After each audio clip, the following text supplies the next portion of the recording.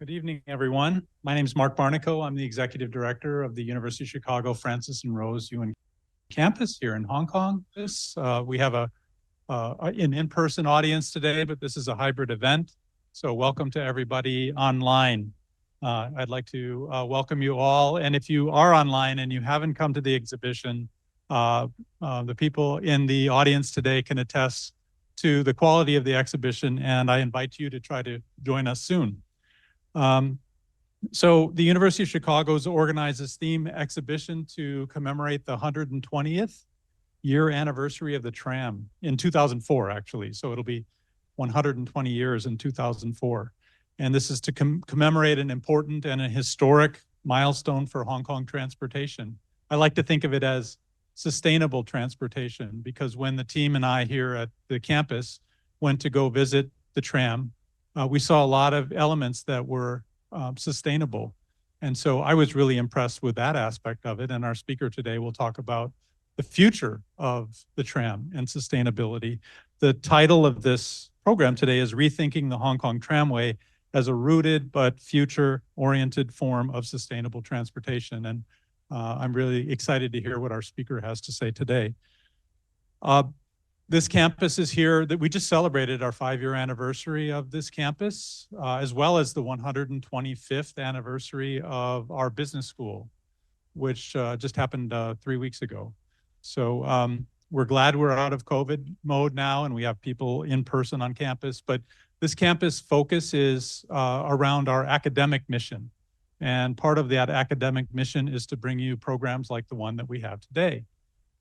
We do have a partnership. One of our large benefactors is the Hong Kong Jockey Club, and they provide support for our Heritage Interpretation Center.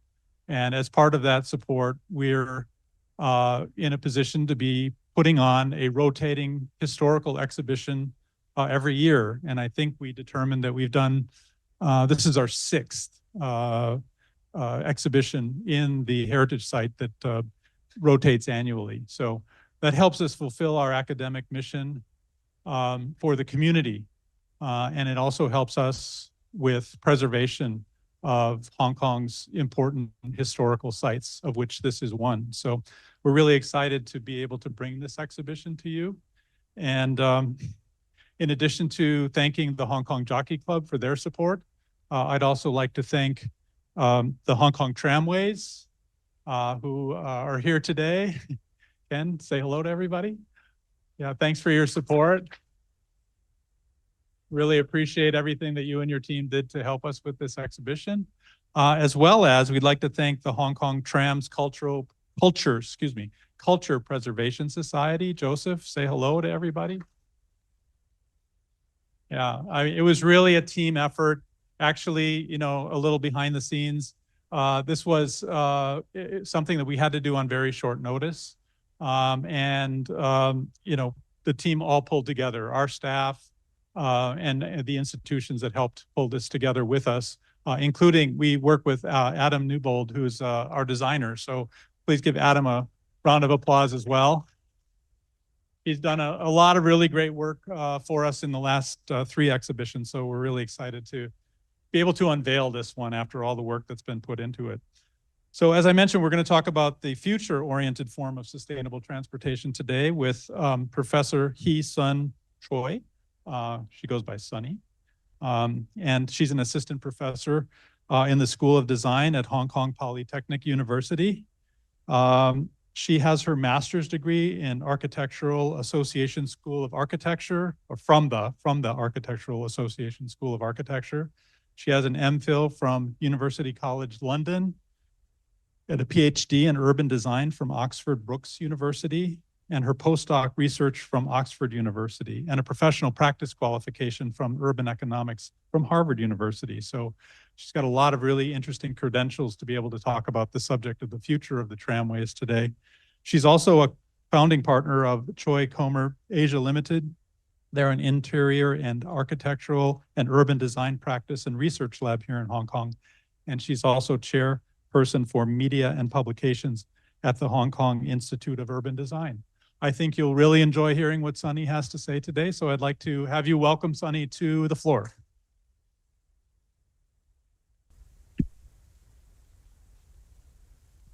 Hi, good afternoon. Thank you so much for having me today in this amazing and meaningful event. And then congratulations for the Tram 120 years anniversary. It's amazing. I've been in Hong Kong just more than 7 years. I think mostly all of the audience is from Hong Kong. Yeah, so like and I'm not as a local person. It's gonna present about the heritage, local identity as a symbol of the local identity in Hong Kong using the tram. How I'm gonna present? I'm gonna try my best, but let's see. With this 120 years anniversary, how we can rethink the Hong Kong tramway as a rooted but future-oriented as a form of the sustainable transportation.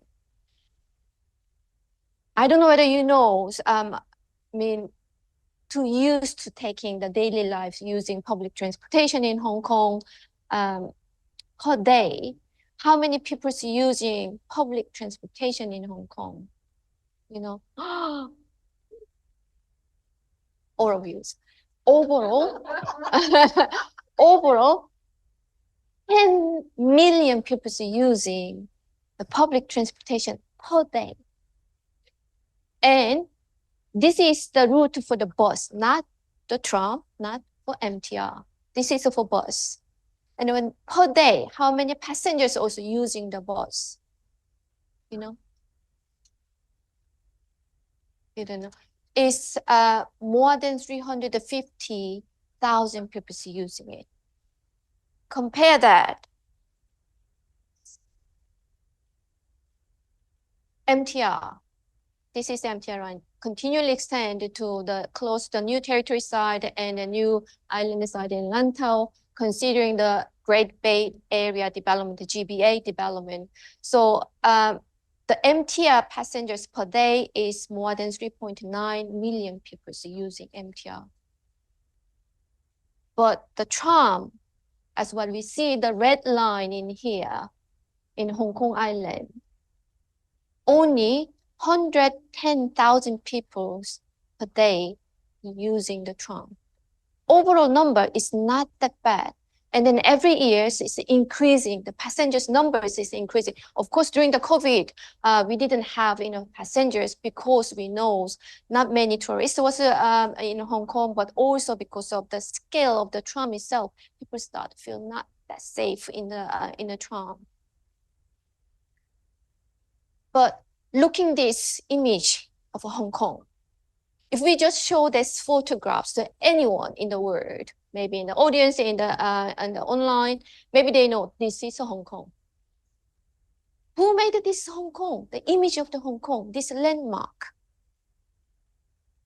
Last week, I joined one of the international conference. There was one, the director of the design architecture in MTR. He said, this design of this Hong Kong landmark, we made it. MTR, we made it. That's what they said. That's true. In order to make this density and this high rise of the city as Hong Kong, MTR's the role was really important. That make us to living in somewhere in the different levels of inside the building. And then we walk through everywhere. We are not just using the ground level. Then what about the bus and the minibus and the tram, tram's role?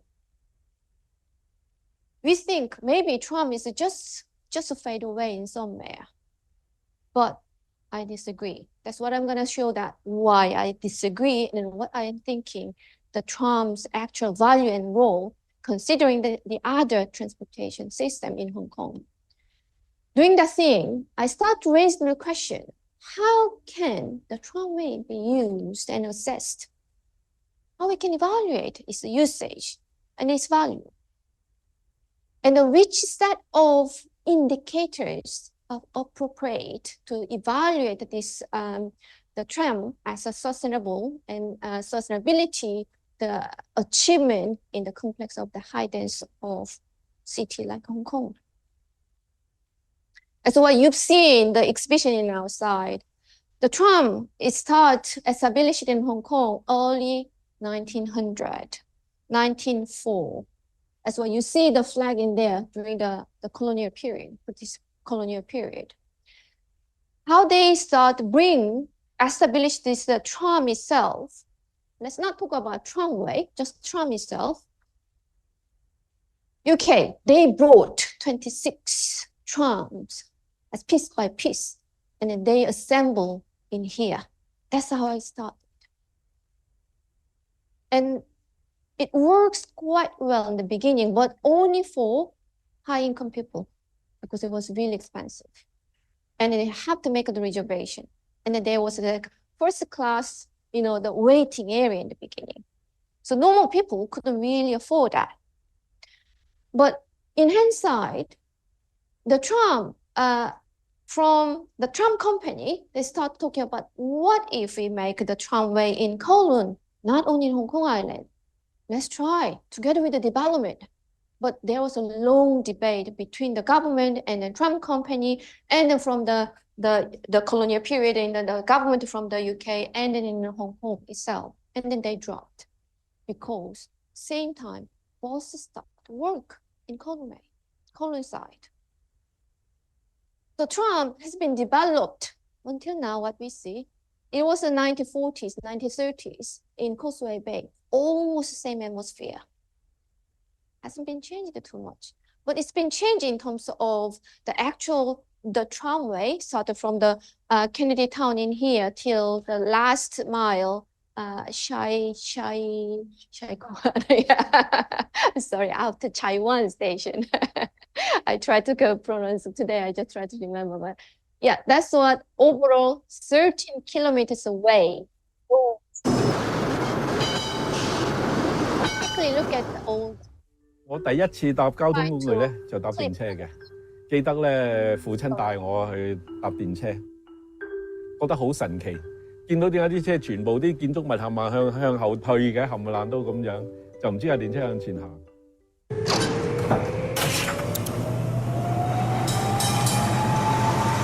The iconic Hong Kong tram system run all the way up and down the Hong Kong side.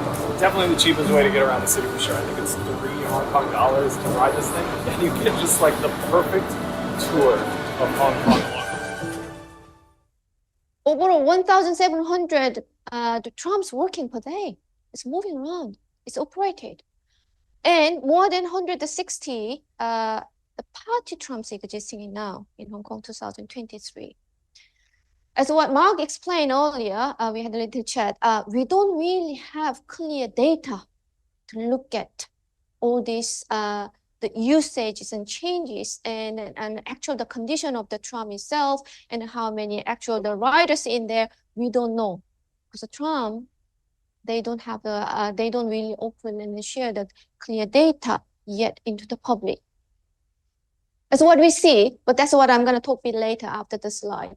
But tram's development, as what you see, it's been developed together with the development in Hong Kong Island, together with reclamation. That's what you see. Interestingly, the 100 from the 1940s, the older tramway, once you get on the tram, you can actually facing out to look at the water. That was a great view to look at it. But we started losing the view because the reclamation has been extended. So now what we see, the motorways just occupy all the waterfront side together with the IFC. So actually the tramway, the beauty of the tramway to engage with the water side and then this hilly side of the interesting topography, we can't really feel it yet anymore. But it was before. But it's been continually developed, and then that class season, well, the first class was existing behind of the original double-deck tram. The single tram was before in 1960s, and then the first class, only if you can spend a lot of money to get the ticket, they start using the first class in the behind. And then the double-deck upper level, that's the business class, that's what we see from the plane. That was the business class, so you still need to make the reservation, and the normal ordinary people, the residents who could use the lower deck of the tram. That was existing until 1960s, but it's been changed. And everyone started using same price, $3. That was from the early 1980s. And then also huge development has been started. So we see the Central and the Wan Chai and the North Point, all this reclamation with the new street patterns has been started existing in Hong Kong, close to the water. And then we see how the trams continually existing and merging together with the new urban fabric in Hong Kong. We still keep quite interesting beauty of the urban fabric, especially in North Point, together with the tram. That's what I'm going to talk about, the value and the identity of Hong Kong. It's not only as iconic for the tourists, but as a local level, together with our life. But how we look at the tram itself, looking together with the MTR, we always think it's competing together with the MTR. Who's using the tram compared to the MTR? I prefer the MTR more than tram because tram is too slow. No, rather than they are not really comparative with each other. They can help each other because actually the passengers is more or less a stay still, but it's the data from the 2016, it shows, we actually counted it. We show that the passenger numbers are gradually going down, but after the COVID is going up again. Interesting thing is, trams itself, whenever we get onto the tram, the usage, the area, how many people can actually stay and wait for the tram, normal catchment area, we only need 350 meter radius. But the metro MTR, we can have from 8,000 square meters. And compare that, also the monorailway, in that case, we need a bit wider. We need 1,000. And normal train railway, we need 2,000. So understanding those kind of easy accessible catchment area, we can understand if tram can help for people to transit the transportation from the tram to MTR, depend on what you needed, where you need to go. They can work together, just like siblings. They don't need to compete each other. Another thing, the personal distance, just like 300 meter radius compared to the 800 radius. What about personal distance? The young girl from the American urbanist and urban designer was talking about when we are walking together with couple, with my partner, I don't really need to have a personal distance. Can be close or the maximum less than 45 centimeter. Still good. But if you're close friend, you don't want to be that close because you don't want to smell every single, the breath smell and then the sweaty smell. So you want to have a little distance, which is called as a private personal space. So that personal space starts from 45 centimeter up to 130 centimeter. But if we are colleague and just a neighbor, then normal distance, we start from the 1.3 meter to 3.7 meters. But if one-way dialogue, just like now I'm staying in here, I don't want to be too close with the audience, then it can be more than 3.7 meters and then beyond. Then that normal distance from the private personal distance to the public distance, is it existing inside of tram or even between tram to the tram? It's not, because as we know, the scales of the tram, the width of the tram in Hong Kong, in the Hong Kong Island, normal tram, not the peak tram, is 1.9 meter, so less than 2 meter. The length is 8.9, less than 9 meter. So with that, the tram railway in between the tram is only 1.4 in Hong Kong. It's much smaller than average tramway. Between the tram to tram, the actual, the station, that's only 1.8 meter. In that case, if you're standing in the middle, waiting for the tram, the distance with the tram and you before you get in is only 600 millimeters, 60 centimeters. 60 centimeters, 30 centimeters is that much, and then just double. Once you get in, the seat, because my background is in architecture and urban design, I can say normal city here, the scale is 800 millimeters, so 80 centimeter. But the tram seat, you might saw that on the exhibition, that's only 450 millimeter. You sit in there, one side, you sit in there, and then if the one of the passengers stay in the middle, your actual distance is 30 centimeter. So if you remember earlier slide, 30 centimeter, is it you're standing with the partner, just holding your arm and then close the face to face to make the eye matches, but it's not your partner, it's someone you don't know, you never seen it, you have to stay there. So in that case, maybe you might feel some cozy and enclosedness inside, but in other hand, in negative side, people may not feel that comfortable. So that's one of the negative factor, what you can think about it. But that make us to understand the scale and the density of Hong Kong. Density is not only for the building density. Density, we can also think about population density. So once we get in the tram, we can actually feel the life in Hong Kong. And then also we can have a different view to look at the Hong Kong from the street level, with it also between the people to people. One way to understand the life in Hong Kong. But also in the physical way, how we can understand the tram is the actual location of the tram and the spatial network. You may not able to actually distinguish how many different types of the road system we do have together with the tram in Hong Kong Island. We can classify 7 different road systems together with the tram.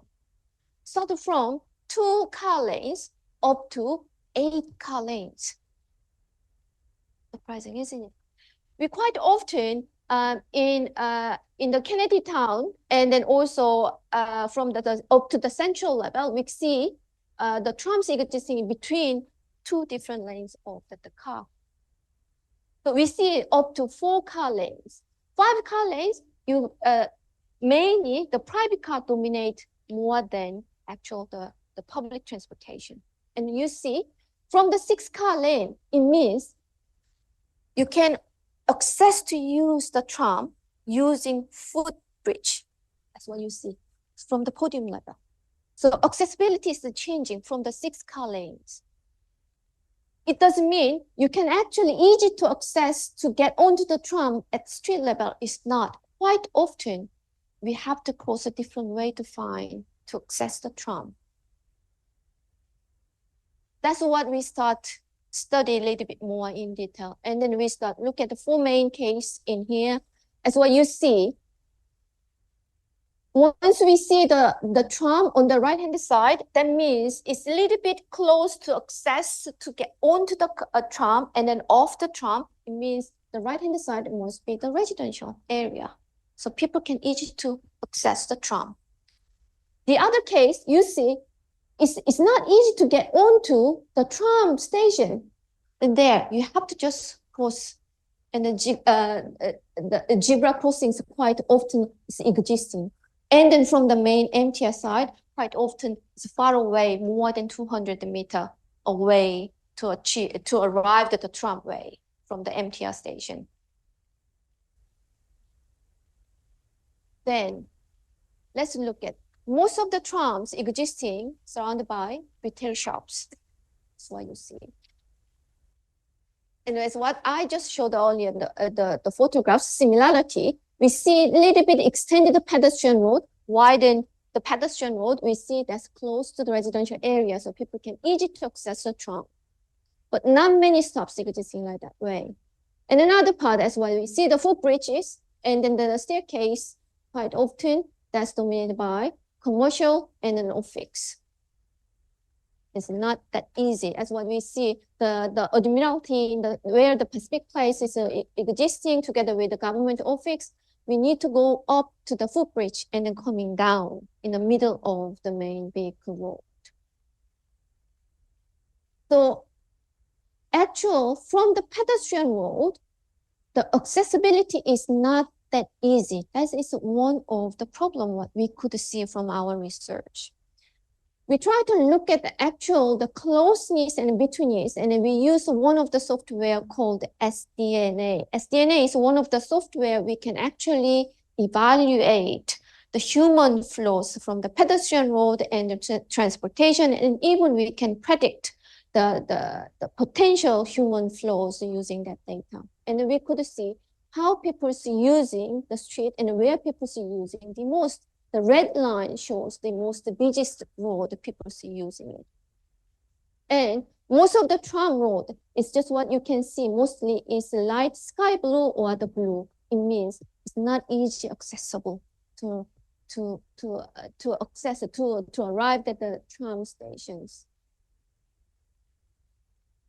Well, you see, lots of fence existing, and then steps and the footbridges existing. So the normal accessibility is like we just decide to illegally just crossing over the road, or we have to walk in different ways through the building, not directly from the big road.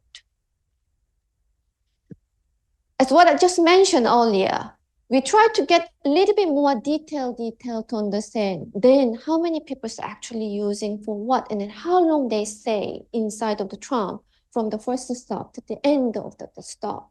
And we decide to sit down the whole day, and then for one month, so 4 weeks, every single day from the morning until evening. So start from the 5:30 in the morning until midnight. We just change that on the team, and we start counting people. And then we start to figure out the mostly is quite interesting. Mostly stay at less than 9 stations inside of the tram. It means more or less a similar distance. So 1 or 2, the MTR station. The speed of the tram is 30 kilometers per hour. Maybe you think maybe it's slower than that, but actually it is 30 kilometers per hour. But from 2008, it become the speed increased as 40 kilometers.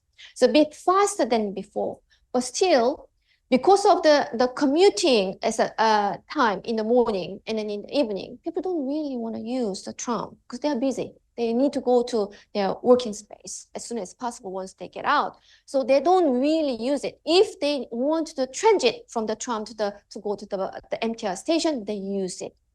But otherwise, lots of elderly or children, and then even lots of domestic helper, they are mainly using it in the daytime. In the weekend, lots of the tourists and then also domestic helpers, because of economically it's really cheap, they're using it. Otherwise, normal residents, people, they just normally using 1 or 2 stops, less than 9 stops. That's what we figured out. That was quite interesting findings. Then how this tram can be more, not only environmental way, social and especially sustainable. Can you imagine which country it is? No, it's not. No, it's not. It's Asia. Surprisingly, it's Asia. Yeah. Yes, that's right. It's Hanoi.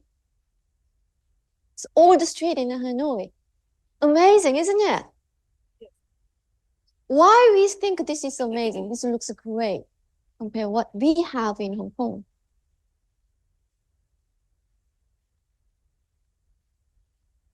Of course, in terms of environmental way, we see it must be the zero car footprint, and then they must have created something quite interesting way than what we are using as a change from the wood to the plastic. Maybe, I don't know. Or look at this, compare in the North Point and outside on the street, on the main street, the tram, and then on the right-hand side, what's the difference? That's right. This is Melbourne. And Melbourne trams in the center, CBD area, is also free. Even we say that tram in Hong Kong is really cheap, so everyone can use it. But even Melbourne make it free. So everyone can just use the tram as a free. Then also you see the loss of the shadow with the green. So once you get inside of the tram, you can smell of the green and the fresh air. It's not because of the air condition. They don't have the air condition inside. not only in Hong Kong. But the problem is not tram itself. Trams is beautiful. It has, the actual value from the early 1904 when it started to develop the tram in Hong Kong. As what we saw outside the photographs, it's beautiful together with the buildings and the street. It hasn't changed. But the thing is, what we changed, city's been changed. Street has been changing. And then actually the number of the people, the population has been grown. But tram didn't change it. Then what do we need to think about it? The surrounding area. That's what we may need to think about. Why we always have to have the pedestrian with the steps, we need to go down. And why we always have to facing the fence, we can't really cross over. Look at this guy just crossing over. He doesn't get the fine from the police, right? So why we don't have that freedom, that choices? Choices is important to think about it. Look at this one even. It's German. Yeah. They don't touch the ground level. What we think, when I joined at the conference last week, together with the MTR, the main chief designer, and the bus owner, and then they were talking about how we can design the city in Hong Kong, not only Hong Kong Island and a new territory area, but also in Lantau, considering the GBA. They think train should be first. Second is the car road, the vehicle road for the bus. And then third is people.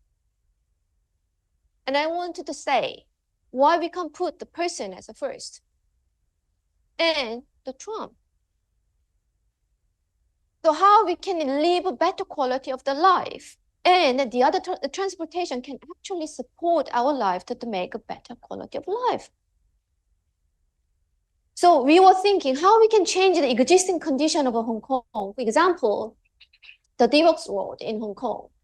If we can make the person first in the middle, the light yellow color, and then we also extend the pedestrian road. Now pedestrian road is almost a small, tiny 1.8 meters. But if we can extend it as double, and then in the middle of the road, if we can extend actually the pedestrian friendly road, the people can actually stay and sit down and chatting and wait for the bus and the tram. And then on the side, minimum 1 lane for the car. Then the life to using the tram with us. And the street quality will be different. Also, even though because of the building density and then also existing transportation infrastructure, the layout, we can't just use the ground level. We have to use the footbridge, so like podium level, then still we can do that. But if we can actually extend the ground levels of the accessibility and more options to up and down to the footbridge from the podium level to the ground level, not only in the middle of the footbridge, we just need to go down small, tiny, narrow staircase to up and down. If we can make something much more options to flow in different way, then we don't need to facing this bottleneck to always just facing lots of people everywhere to get in. So it doesn't really matter about actual scales of the tram, whether that's less than 2 meters. And then you have to breathe with some stranger like less than 30 centimeters. Doesn't matter, we still will enjoy it. That's what I was thinking. And then our team was thinking. The design challenges are facing in the making the narrow tram together with the better choices of accessibility, then that may change our life. And we are not using actual quality of the tram with the life, but also we can move for the future and then evolving. Then what can be even further? What can be the game changer for Hong Kong? The tram, considering the local culture and existing activity, how we are living. The most impressive area for me personally in North Point, the Tramway. Maybe so familiar about this area, but first time when I was there, I was surprised. It was around just 6:30, just around the sunset time. And then this massive people was working on the street and then just hang around, and the lots of the shop owner was shouting to sell the meat and then the vegetables. And then suddenly, from somewhere in the corner, the tram came in with the light on. And I couldn't believe what I saw that thing.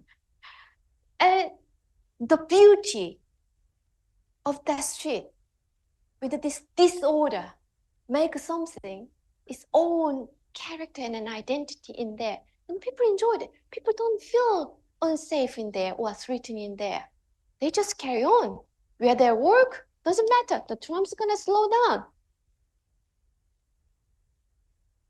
Look at this in between. They just walk, but they don't, this tram doesn't make a ding ding sound because of the person is in between the tram. They just stopped. And they find their own order on the street. And what you see on the tram, once you are inside of the tram, you see quite interesting view of the street and activity. But not many people know this street, especially once we get used to use the tram, the MTR and then bus, quite often forgot what we have in here.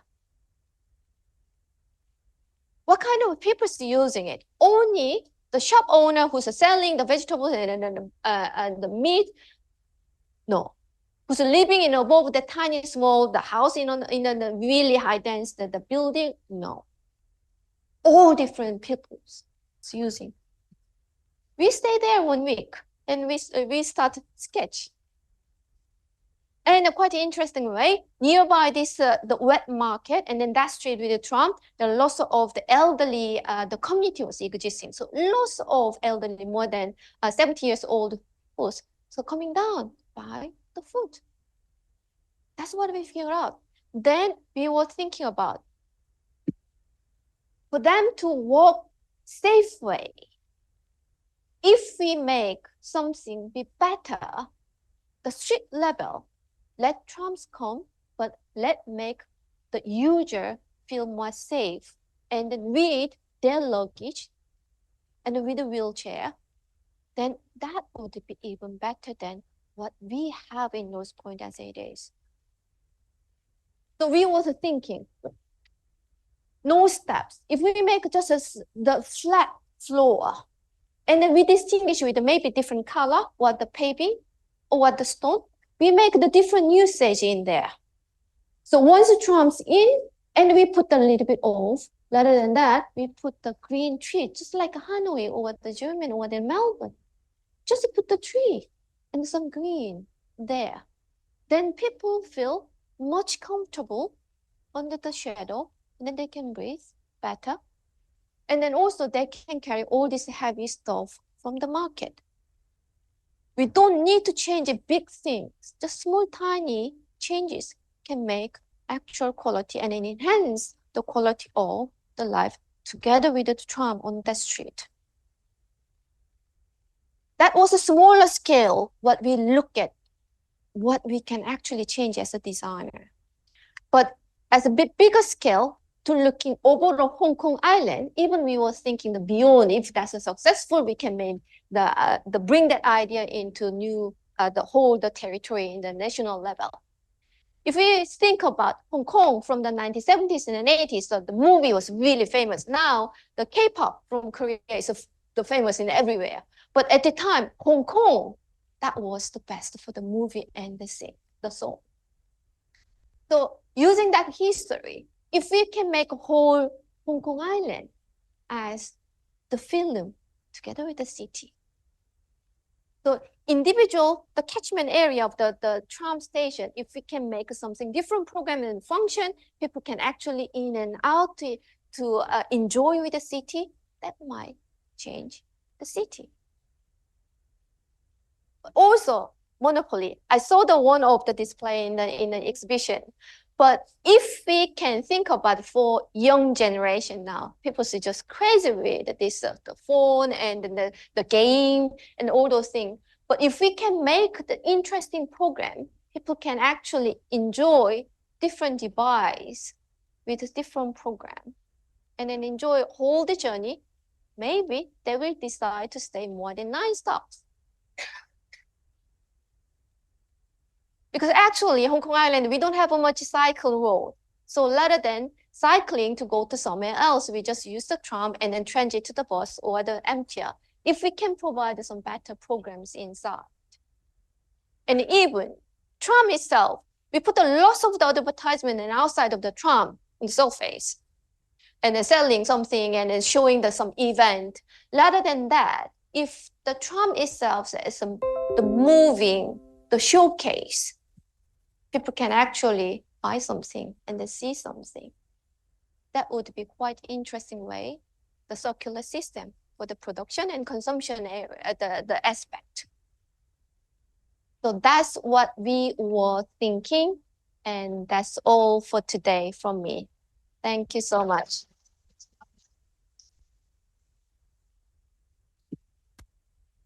Okay, we're going to take some questions. Thank you so much. Who has questions? Yes, in the back.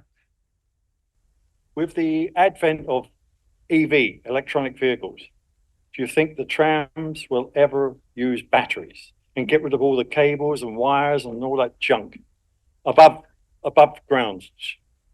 And another quick question is seating arrangements on trams. You've some seats you're facing somebody there, and some you're facing the back of the neck. Is there any different? What's the idea of which seats work better? Yeah, the idea for that design, it was the work from the students, the group. We had a studio with some idea to share.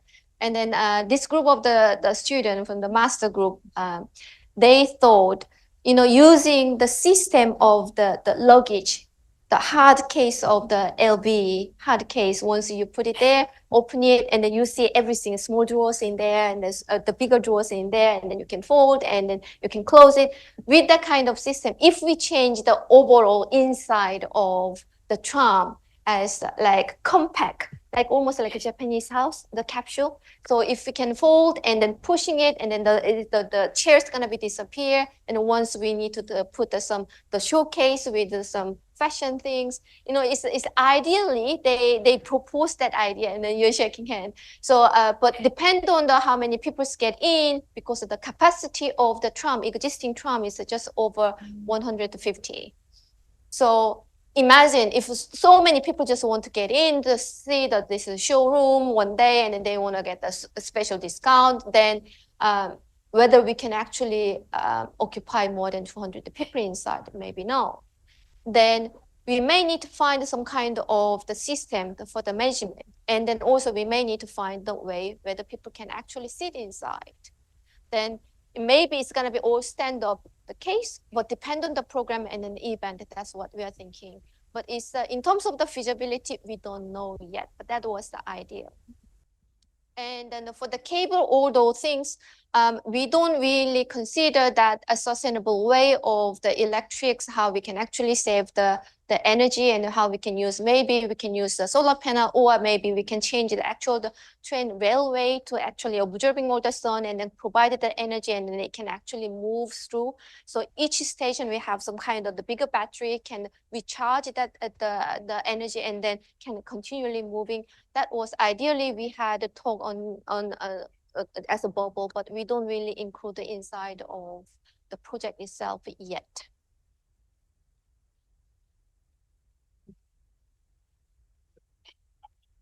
I think you mentioned in the beginning that there's this perception of the tram being slower than the MTR, and I would actually dispute that. I mean, of course, if you're going from Shengwan to Chaiwan, let's say, MTR is definitely faster. But for shorter distances, the time that it takes to descend all the way down into the MTR, also to walk to the MTR, is really extremely time consuming. So I'm not surprised at all that most of the tram rides are these short distances.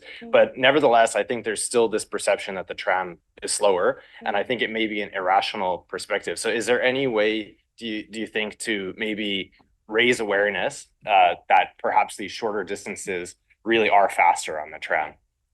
That's what I just tried to start to discuss, but I just had a really short slide. because as what you mentioned it, and then also on the slide we mentioned it, the catchment area is only 350 kilometers at the meter radius. So people can actually, so between the stop to the stop, it's only 350, it's really close it. So if we want to change it, the tram to the MTR, it's much faster and effective way, but people don't really notice that thing, because between the MTR station to the MTR station is normally the more than 150, no, 1,200, and then on 1,500, that's the maximum distance in between. Then as what you said, it's not just going straight away, we need to go down and then we need to change it. So one stop to the one stop, the MTR itself maybe is fast, but actual transition time is slow. But if the tram together with MTR can work together to promote the people to use it that way, it's gonna make a much effective way and easy way for the transportation system, rather than you actually just walk and then arrive in the MTR station. Or the other side, that's one way of the thinking we want to discuss further. But maybe some part other person can say there are minibus, not only tram, to transit the transportation system to one to the other, because minibus stops is also really close each other, and then the time wise every 1.5 the minute the minibus is coming, so it's much faster to change it from the one to the other. But compare that tram, if we make the actual effectiveness, which one could be better, we don't know yet. But as what I mentioned, if people think the cycling maybe helped to transit the transportation from the origin to the final destination, so you can cycle and then you can park and then you can get onto the MTR, maybe that's what we normally think. But Hong Kong Island, we don't have that cycle road enough. So in that case, why not we don't use the tram, and then we can actually use the tram as a transit, the transportation. That could be quite an interesting way to think about it. I have a question from the audience online, which is, whose responsibility is it to try to streamline and beautify and maybe take some cars off the road and reroute and create pedestrian space with the tram only, right? So hop on, hop off, pedestrian.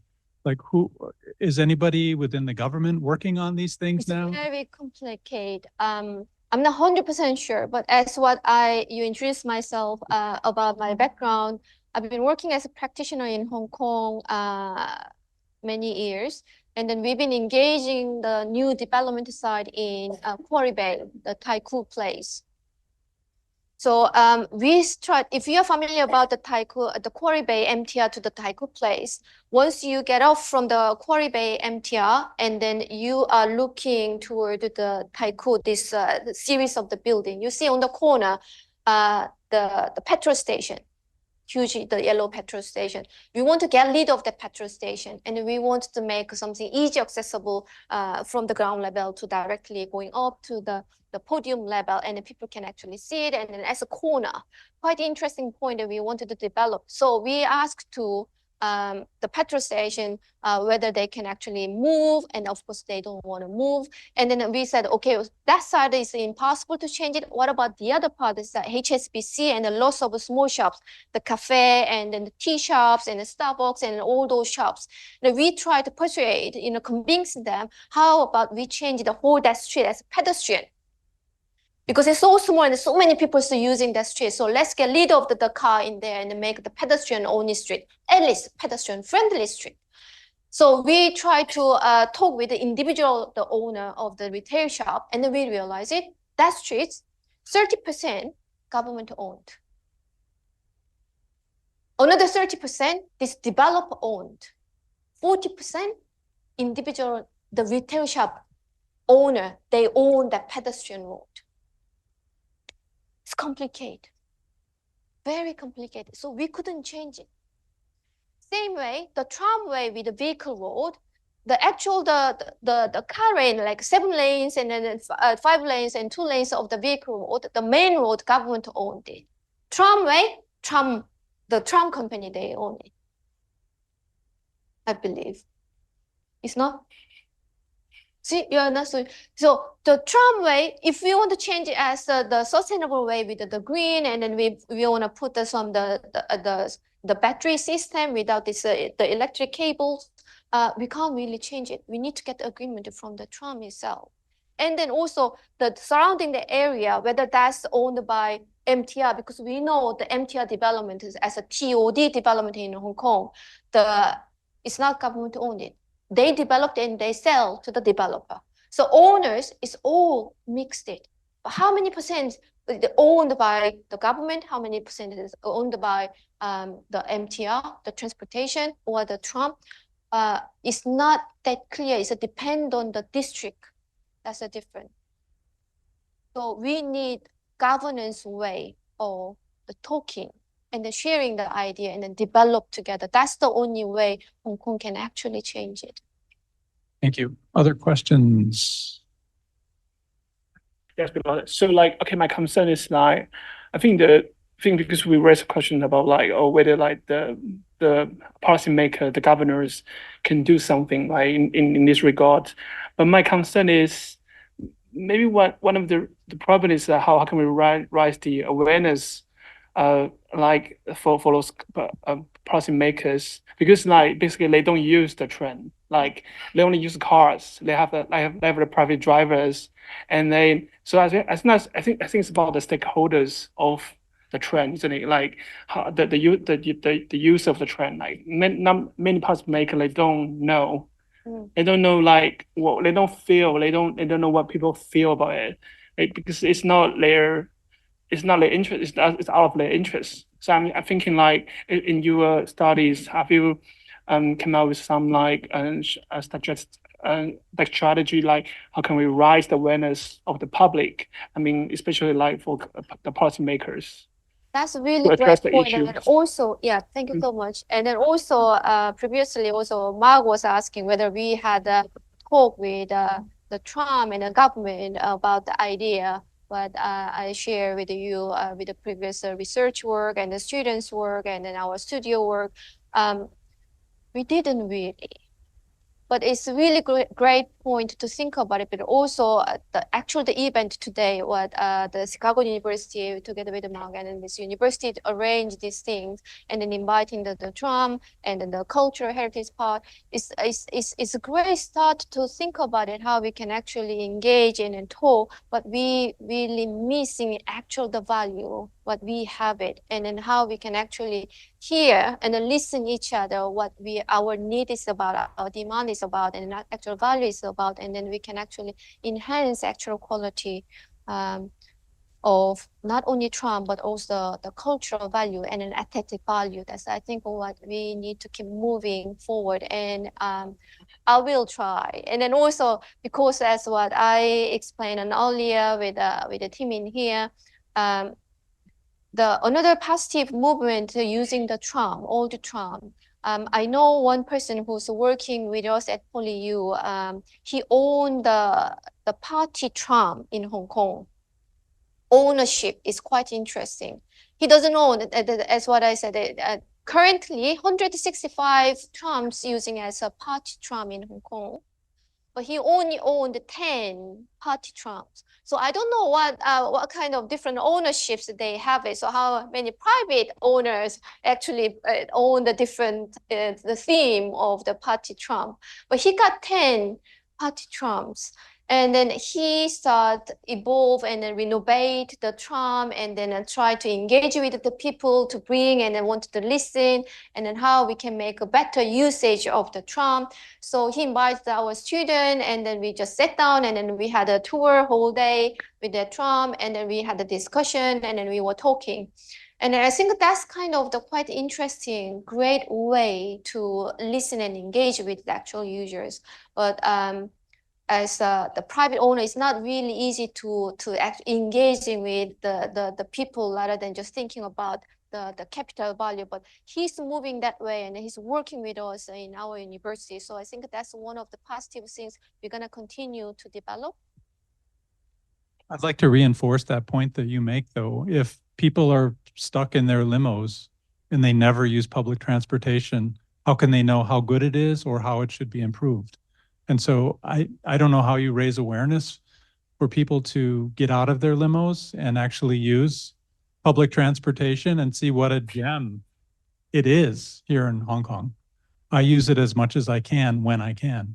But one person had a question also about if it's efficient and effective, are there any plans that anybody knows about here to expand into other areas like South Island, TKO, or Sai Kung? Do you know of any expansion plans for the tram? I don't want to put you on the spot, Ken.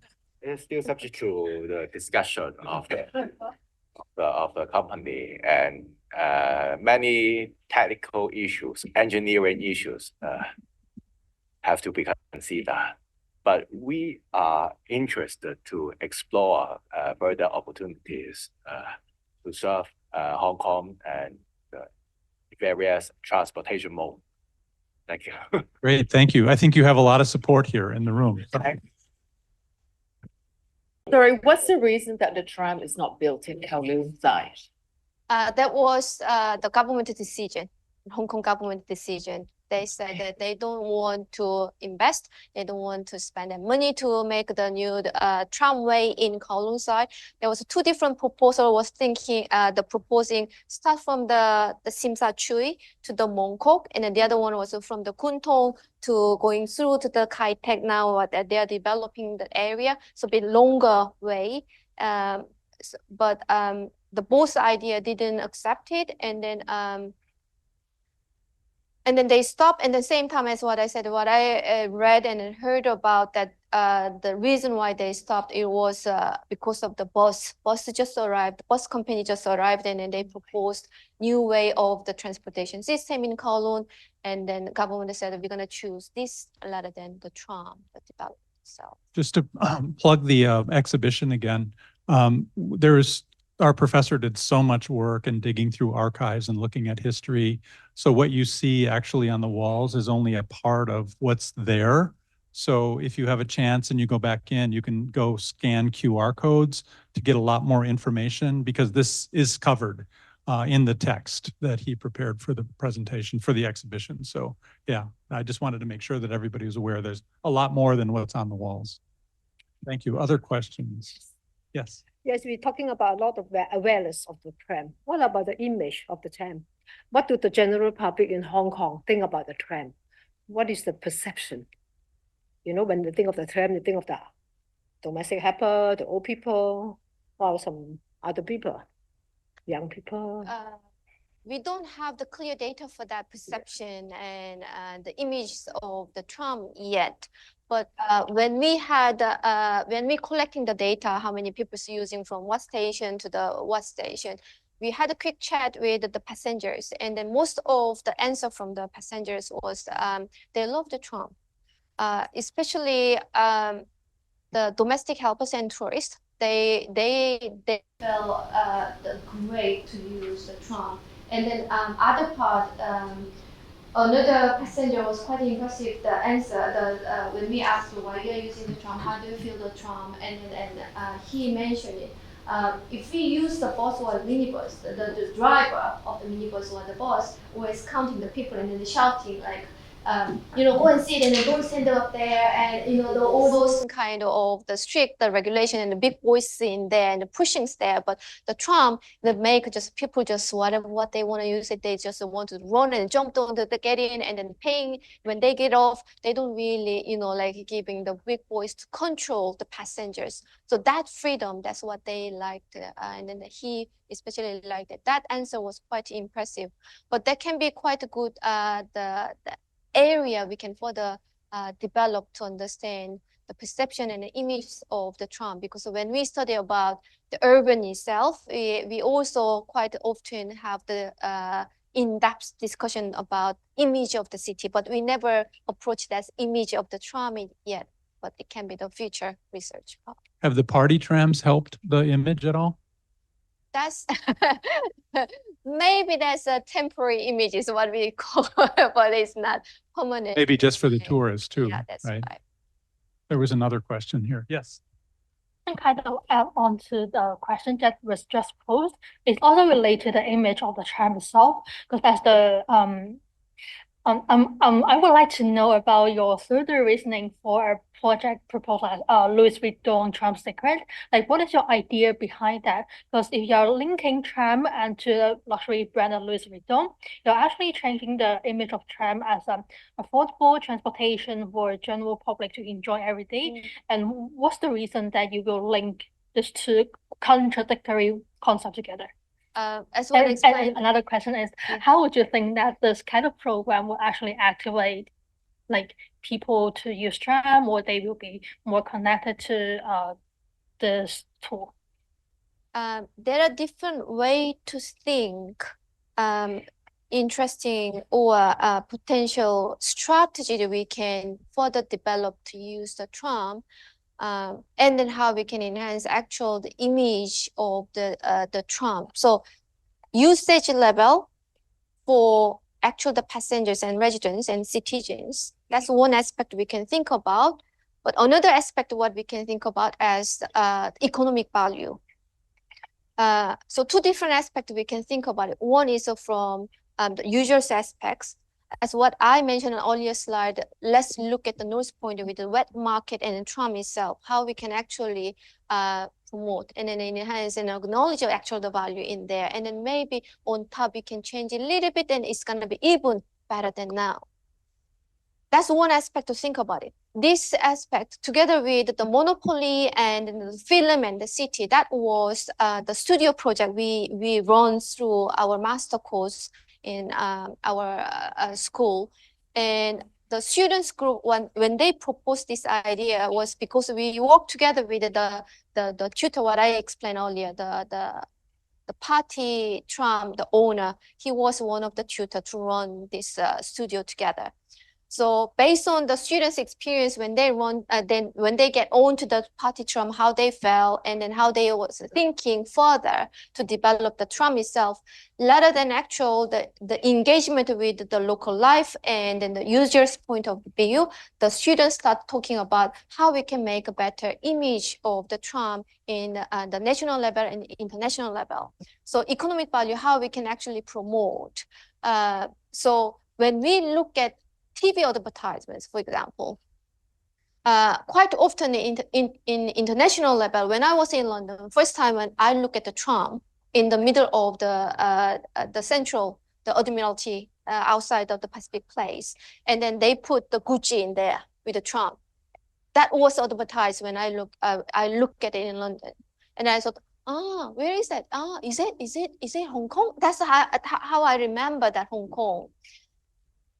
Looking back that memory, what I had it earlier, if we're thinking about something as iconic image of the city, it's just like a landmark of Hong Kong, as the first slide I share with.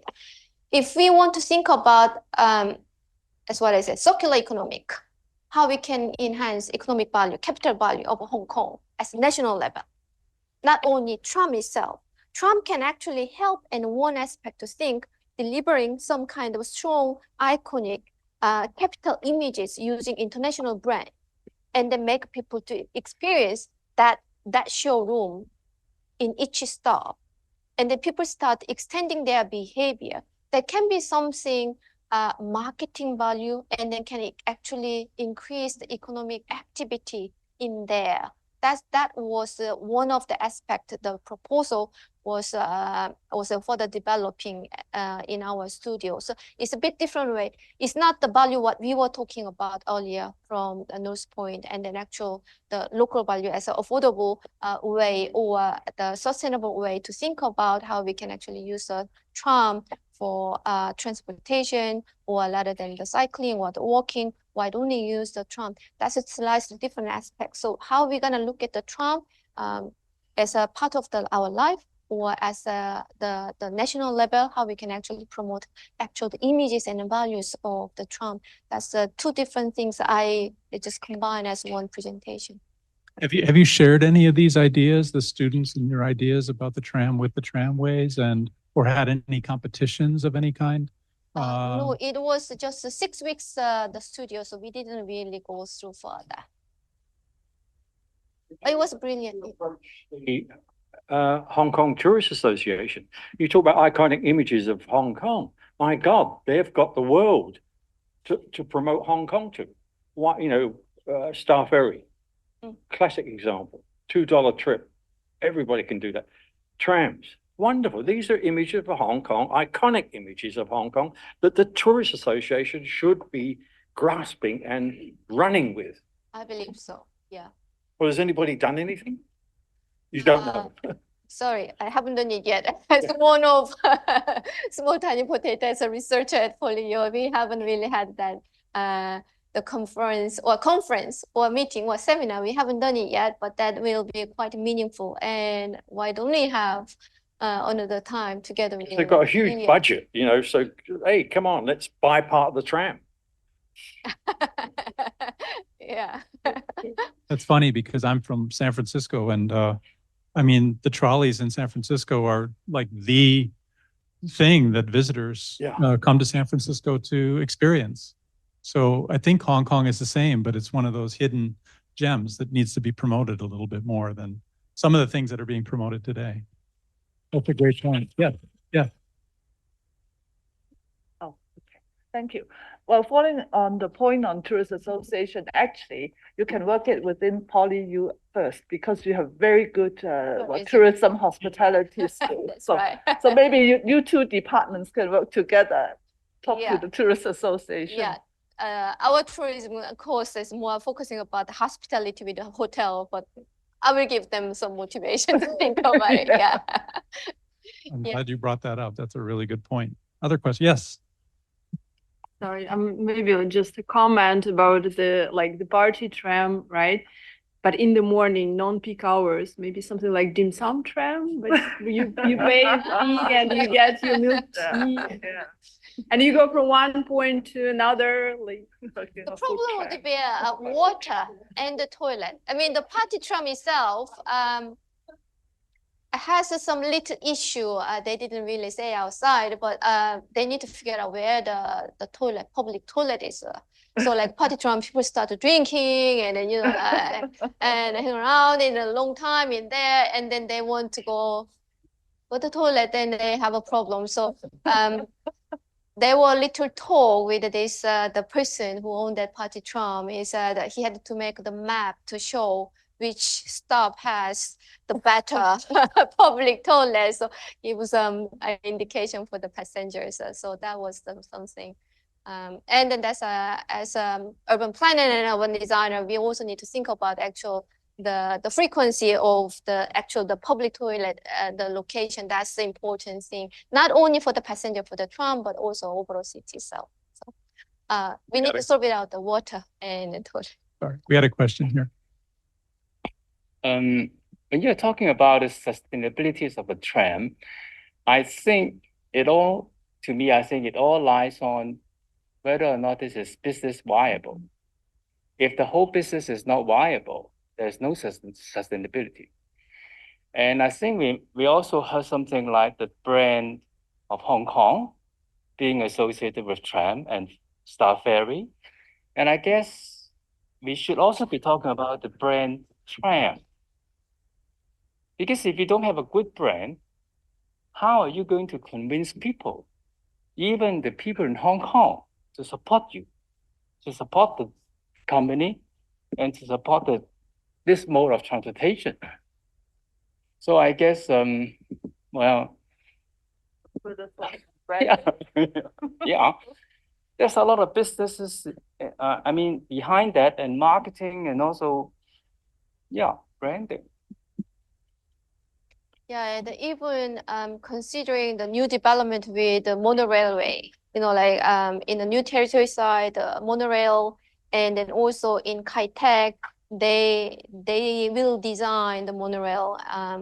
And the design-wise, as what I saw, their proposal is amazing. Compare, the Hanoi what they did, and then even the Melbourne. Compare that, it's not going to be that. Even it's going to be better. Then once people start like it and want to actually use that monorail, then actual value of tram itself in Hong Kong Island, whether it's gonna even sustain or it's gonna enhance, we don't know. So maybe need to think and then work together with this monorail, together with the tram, how we can actually integrate as one concept. That could be another things we can think about it, because Kowloon side doesn't have the tramway. Then do we really need to distinguish about monorail and then the tram in separate way, and then make people to prefer to use which one? Rather than that, why don't we think as one big picture, as one big images? That can be something for the future we can think about. Any other questions? Yes, in the back. As a tram company is not a public company, so we are not too sure its financial position. Is it making money or is it incurring loss? That's a problem. I don't know why they do that in Hong Kong, but bus is also a private company, and the tram is a private company. Then why bus is I mean, actual as what the first slide that I showed, that actual the route of the bus is much better and wider than tram. Tram never further developed it. Concerning the sustainability as a daily tram user, I'm sure if you can remember in 2021, our trams achieved the Guinness World Record. So I believe this is already a highlight of our iconic tram to the world. So, and regarding the how to promote our tram become more iconic, I think at this stage, highlight its position or highlight its value as for more party trams, because the party trams not only attract the tourists, but also some local groups for organizing parties, etc. So, and as Professor, you just mentioned, the party trams, working together with the Hong Kong Tourism Board to let them alert our tram existing here is already the best Hong Kong tourist attraction. I think this is one of the way to make our trams keep running. I think more of a comment than a question. So are there any other questions? Yes. So further to your point, I think it is rare to have a two-story tram around the world. I think it's a unique feature of the tram in Hong Kong. And also, have you considered to work in conjunction with the peak tram and also Star Ferry to have some kind of a 1 day pass or 2 day pass, just like the thing in Japan? They are common to have a pass to try different kind of transportation means. I think you may work with the Star Ferry or the peak tram to have some kind of joint promotion. Yes. Good ideas. A lot of good ideas coming out. This is good. I rode the peak tram recently when my son came to town. The price is quite a bit different. If you into the tram, right? Like, I'm assuming a lot of tourists will come on the tram and they want to look out at the buildings and take pictures and stuff. So if you green over the tram, are you potentially removing one of the things that actually makes the tram attractive for tourists? Is it a question or like I must say say again? like So if you green up the street, will it block the view and the iconic view of Hong Kong, basically, right? Yeah. it can be not only for the tourist attraction, but also in terms of the environmental aspect. That could be better to think about for the future, because the pollution level in Hong Kong in the street level is quite heavy. So in order to reduce the pollution, if we can put the green on the street level, on the tramway, and then also give some the breeze from the tree, that's gonna attract not only for the tourists, but also for the local users as well. And then also, so like the feeling from the users and passengers, but also from the visions, that's gonna give us a much more comfortable way to use from the concrete colors of the city, the gray color to the green. That's something what we can think about. Okay, any last question? Last question. do you think by changing the tram's design, you're going to make it lose a bit of its historical value because it's not the original design anymore? And I think people would like to see the real original tram, like a living history. Why not? We can give some options. So just like party tram and a traditional tram, we can also put the traditional trams and then some the special themes of the pop-up tram. So give some options people can actually use. That's going to be something quite interesting program for the future. Well, thank you, Professor Choi.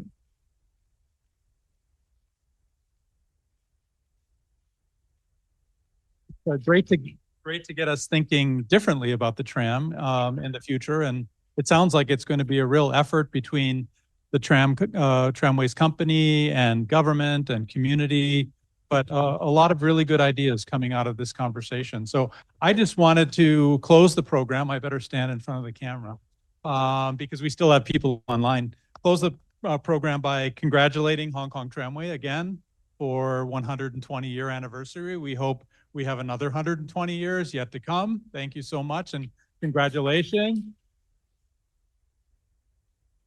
And I'd also like to once again thank Hong Kong Tram Culture Preservation Society. Thank you so much for your support on putting this exhibition together. And also once again, thank the Hong Kong Jockey Club for all the support that they do here, not only in Hong Kong, especially on our campus here at the University of Chicago. So I have been asked to just remind everybody that there is a lot more information in the exhibition. So if you want to spend more time, we'd love to have you come back, bring your friends, bring your family, learn about the tram, and then think about the future of the tram. To close the program, I just wanted to say on Tuesday evening at 6 p.m., we have another in-person program. If you haven't signed up for it, it should be very interesting. We wanted to do something in the English language on the Sanxing Dui exhibition at the Palace Museum. I went to a wonderful symposium with experts from the Palace Museum and from the mainland for a day and a half, and it was all in Mandarin, which was fantastic. But we just felt like we should talk a little bit with our well-known, famous China faculty member named Ed Shaughnessy, Professor Ed Shaughnessy. He'll be leading a panel of experts on the program called The Mysteries of Sanxing Dui and Reflections on the Hong Kong Palace Museum exhibition. That's on Tuesday night here on campus, up in the main hall. There'll be a panel, and we hope that you all can attend. So thank you so much. We really appreciate you joining today, and have a great weekend. Thank you so much.